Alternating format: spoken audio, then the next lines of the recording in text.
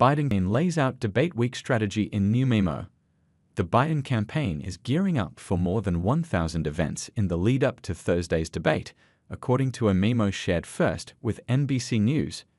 Joe Biden, Donald Trump, and NBC News anchor Kristen Welker, as moderator center, participate in the final presidential debate at Belmont University in Nashville, Tennessee, on October 22, 2020.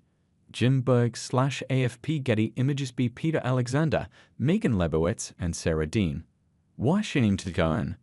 The Biden campaign and its allies plan to hold 1,600 events and run a new slate of TV and digital advertisements ahead of Thursday's presidential debate, which they called one of the first moments, where a larger slice of the American electorate will tune into the campaign, according to a new memo obtained first by NBC News. The events will include a nationwide mobilization of surrogates, events targeting groups the campaign sees as crucial to its coalition, like members of the LGBTQ community and college students, and 300 debate night watch parties.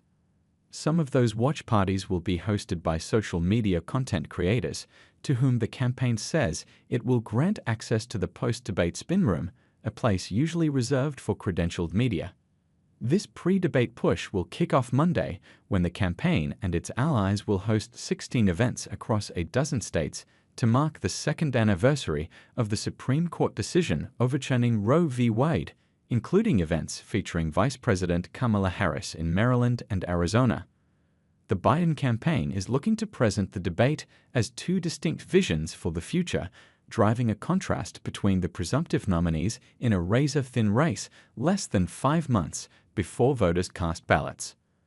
Voters will see President Biden, who is fighting for the American people, and Donald Trump, who will walk on stage as a convicted felon fighting for himself, no matter how much harm he inflicts on the American people, said Biden campaign spokesman Michael Tyler in the memo. Tyler laid out key issues where Trump continues to pose the most extreme threat, pointing to the end of Roe v. Wade, attacks on democracy, and economic plans. An NBC News poll from April found that a plurality of registered voters, 23%, said that inflation and the cost of living was the most important issue facing the country. But the same poll found that Trump pulled ahead by 22 points when voters were asked which of the two men would be better at dealing with the issue.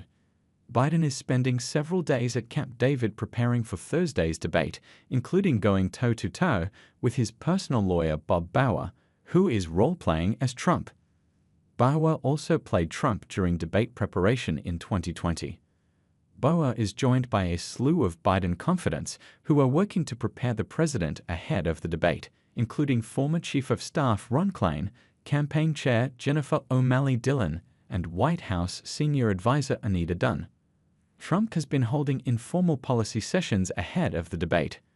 A campaign official also said that Trump's rallies and interviews demonstrate a let's downer, adding that the former president does not need to be programmed by staff like Biden.